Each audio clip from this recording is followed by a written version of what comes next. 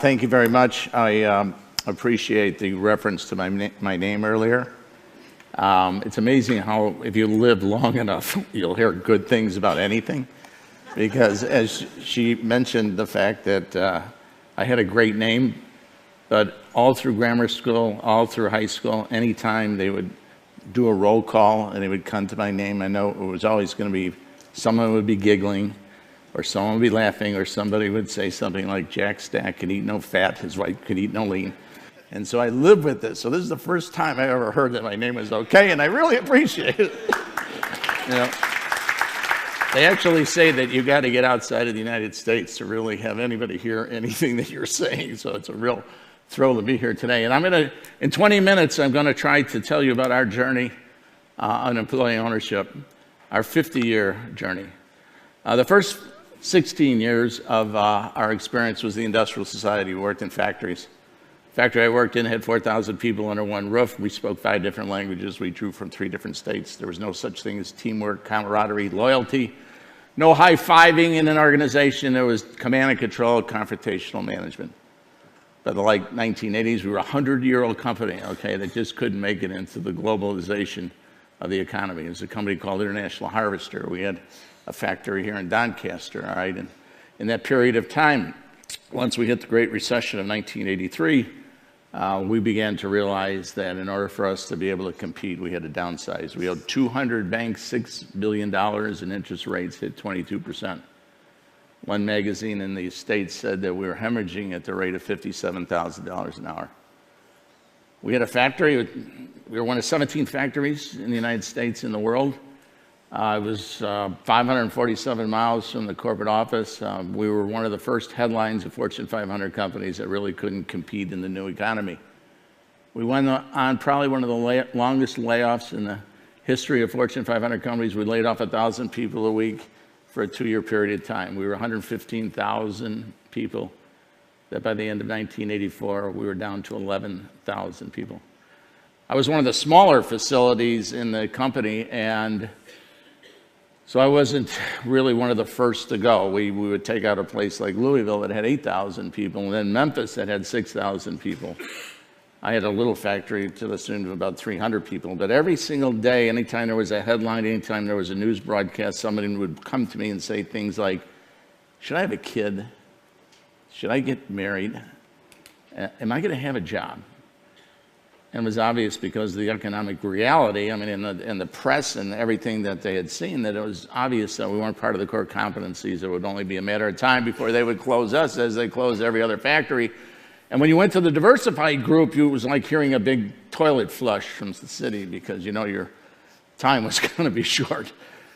But I just couldn't believe that we had designed this way of leading and managing people where people came to work every single day and never questioned the financials of the company or never knew the health of the company. And they would go to work at a company and then they would take on all this debt and they buy houses and they buy cars, all on the assumption that the business was going to be there for a long period of time. But honestly, I was asking myself the question, why are they asking me these godlike questions about whether they should get married, whether they should have a kid? Don't they understand that this is not a healthy company and you know, they better be conserving and they better be facing realities?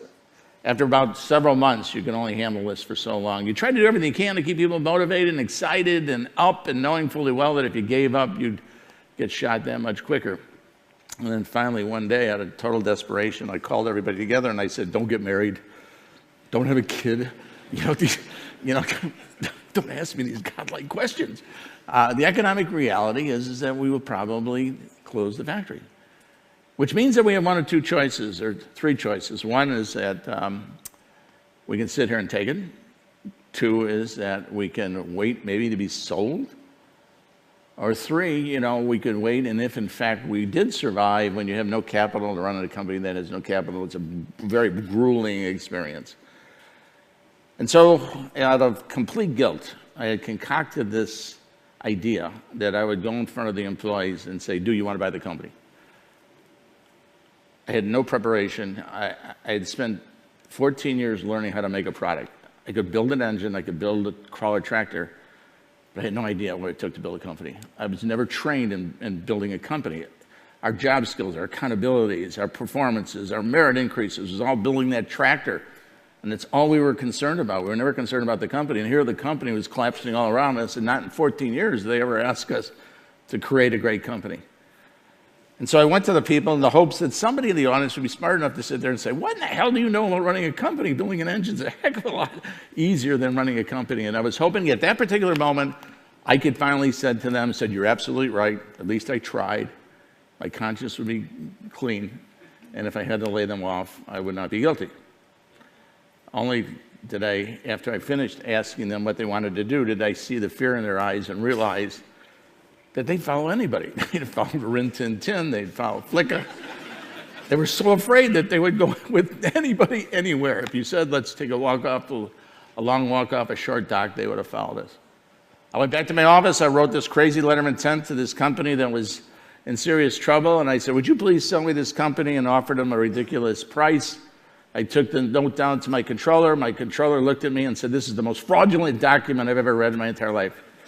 I said, what's wrong with it? He goes, you don't have the money, you don't have the resources, you don't know how to run a company, and you're sending a letter to the corporate office. I said, give me that letter back, and I wrote, all subject to financing, was my last letter.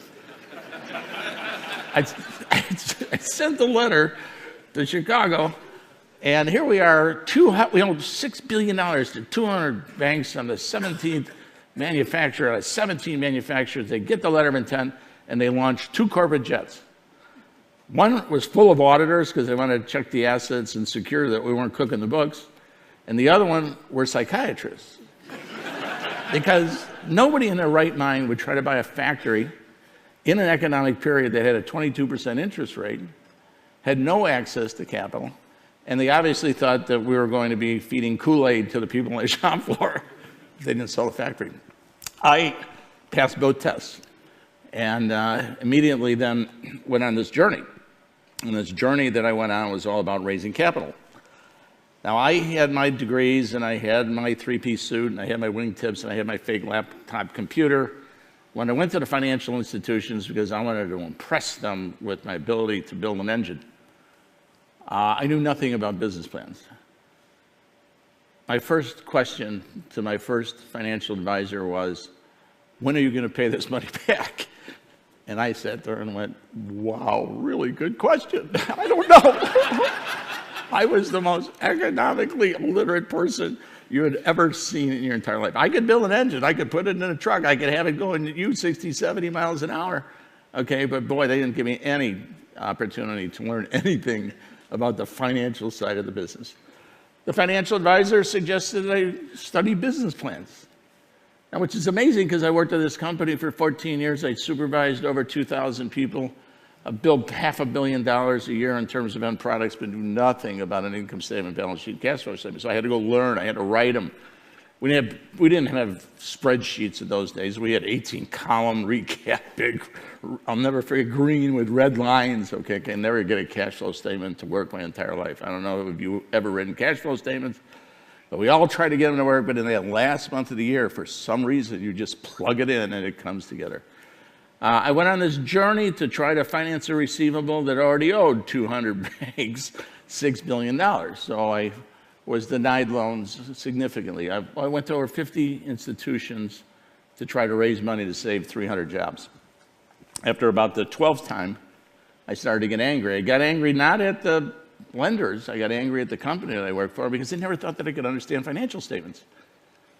You know, once you do a few financial statements, it dawns on you that it doesn't change. I later found out in my life that these financial statements were invented in the year 1400 by the Venetian monks. And then I thought, my God, these have been around for so long and they've affected so many lives, and yet so few people know how to interpret them, know how to understand them, know how to run their corporations in terms of this kind of literacy, all right? I also learned that there were 2 sets of metrics in this world. There was a metric that we gave our associates to build something of greatness, and then there was a metric that the very wealthy people knew in terms of how to evaluate a corporation.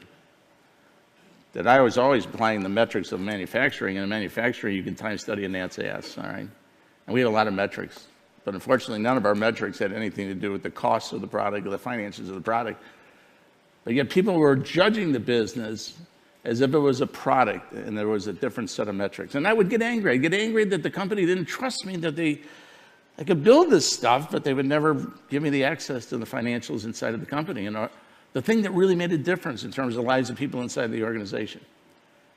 And so one day, about a half a dozen business plans later, I made a promise to myself and God. I said, if I had the opportunity to have this company, I'll let people in on understanding the financials of the company. I didn't understand how could we have two systems. We would have a system where we'd accumulate financial data, and then we put it in a safe, and then we'd close the safe, and then we'd say, okay, now we got to run this company, and we got to get what's in that safe, but we can't tell them what's in that safe, so we got to design a new way of managing and leading inside of our organization. I'm going, whoa, I went to school to learn productivity.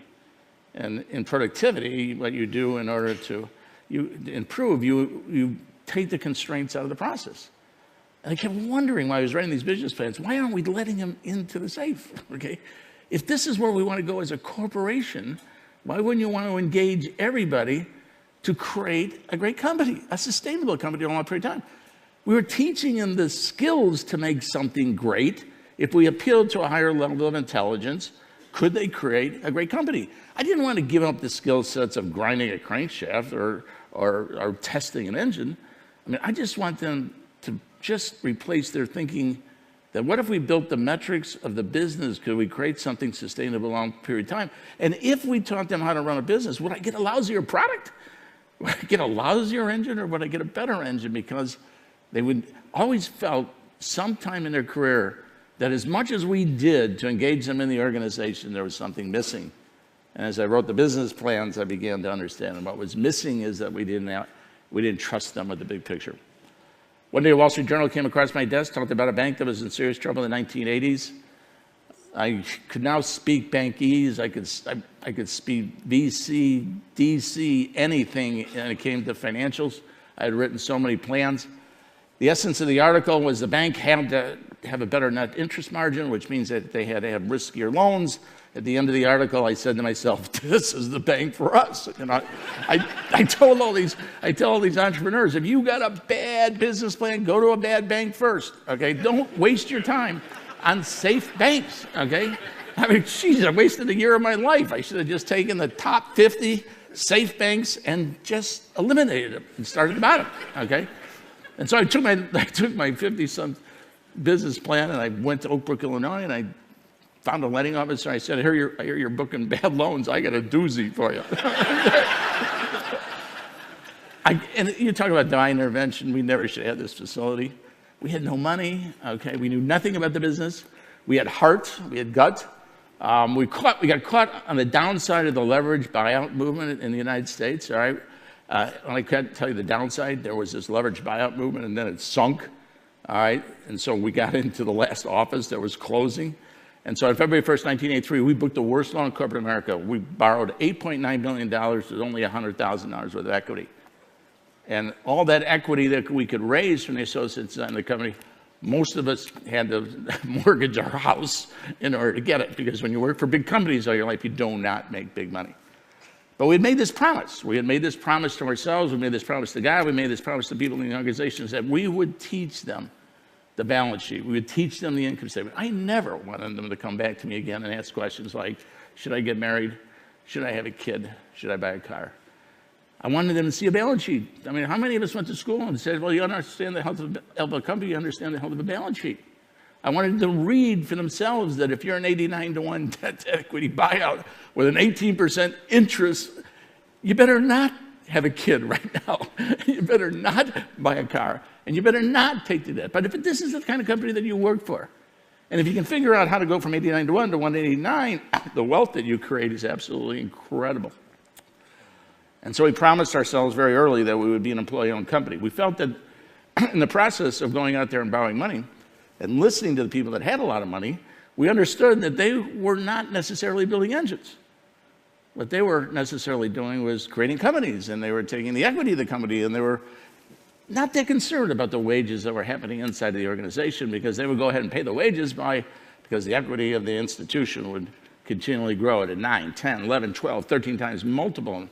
And as we began to see this thing, we said, my God, what an interesting world. You put $1 worth of profit on the bottom line, somebody could sell it for 9, somebody could sell sell it for 11. I mean, come on. I mean, doesn't that sound too good to be true? And isn't life all about, well, if it sounds too good to be true, it isn't true, but yet it is true.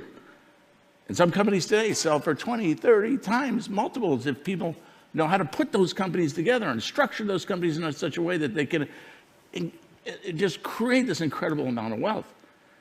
We kept saying to ourselves, well, what if we taught everybody else how to do that? What if we figured out that the way to close the gap between the have and the have-nots was teach the have-nots how the haves made it? In our society, we keep thinking that if we increase the minimum wage, we're going to have this compression between the haves and the have-nots.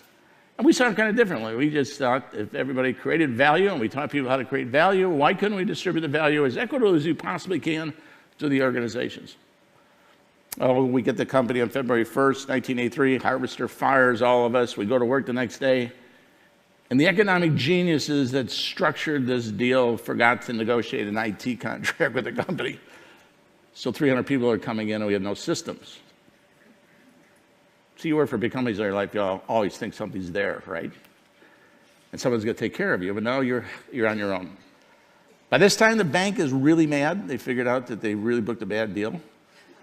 In fact, when I closed, my lending officer didn't show up, and I called Chicago, and I said, where is Clay? And he said, well, we fired him yesterday for booking bad loans. So, and now they want a cash flow statement weekly, and I have no system. Again, you're going to work, you got nothing. Just imagine. I mean, we're so reliant on systems today. Think about not having forecasts or payroll or anything of this nature. And then forecast the fact that you owe $8.9 million and you've got to explain to the bank just what you're doing with that limited amount of money that you have in order to succeed. So we did this. We called the staff in and we took out a blank income statement. We took out a blank cash flow statement. And we went around the room. And I said, Bob, you have sales. And Bob, what are we going to sell for this month? And Bob said $1.5 million. And then I went to Ken, who was in production control. And then I went into the accounting, who costed the product. And then I went through the entire income statement. And I found out that there was someone in that room that owned every one of those lines.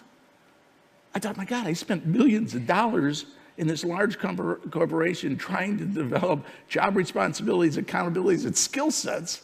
All right. And here, right in front of me, was an income statement where everybody owned the line.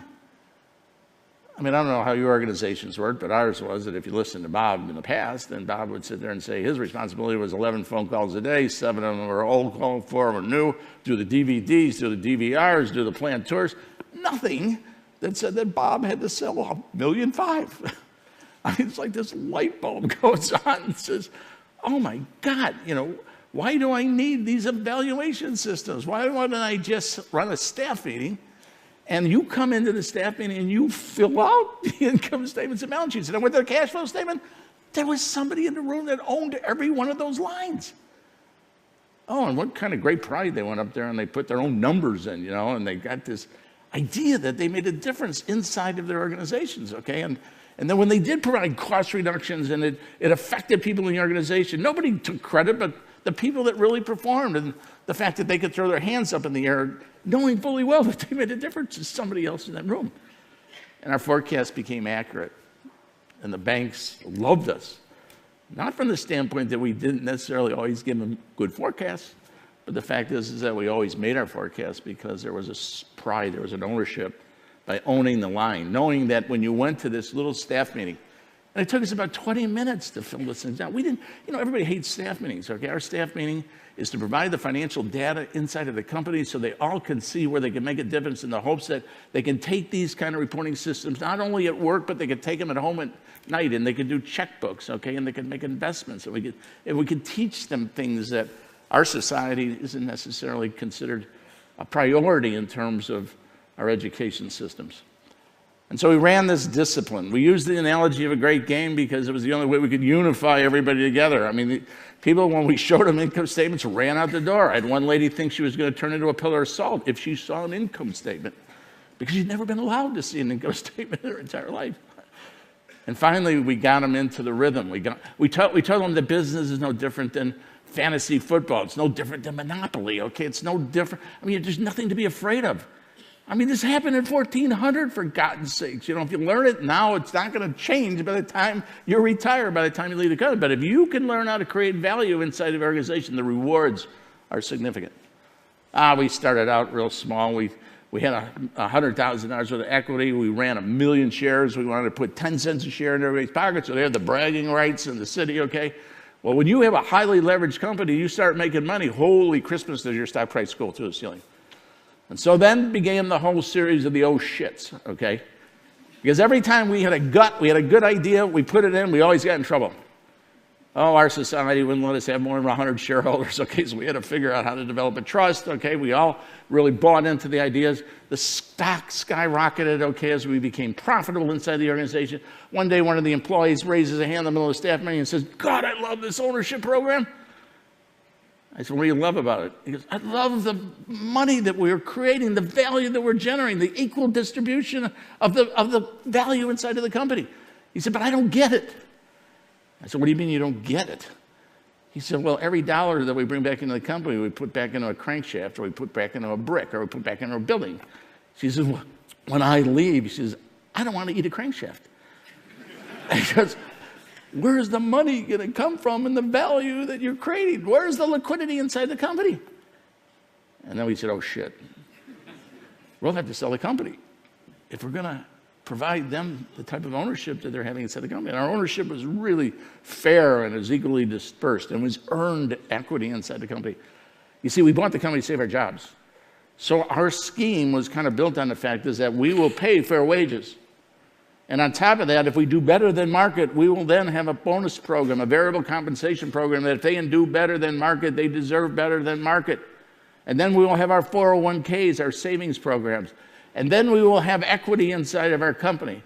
And the reverse would be true if we got into a bad time. If we got into a bad time, the equity would go, the 401k or the bonus program would go, but the wages and the jobs would stay the same if we built this kind of thought process inside of our systems. And I turned to my staff and I said to them, what if we don't want to sell the company? What are we going to do? And then somebody, and it's amazing that the more we taught business to our associates, the more they taught us. Just what you have done to me in the short period of time since I've been here. I can't tell you the value that you have created and the things that I have learned from you and listened to the stories that you share. And that individual said, well, why don't we just do it again? I said, do what again? He said, well, let's just start another company. But instead of, keeping the company, he goes, what if we sold the company? I said, what? He said, yeah. Next time we get a really good idea, and everybody understands how to run the business, and they know successful, and they can take this employee culture with them to build this other company, said, why don't we just then build these companies? It's like the grass is always greener on the other side, right? You go, don't sell me, but go sell the other person, right? And so we began to spin up companies. And we began to spin up companies that the more we taught the people how to become business people, the more they came up with ideas. And those ideas were sound because they could do the business plans and they knew all the logic that it took in order for them to be able to succeed.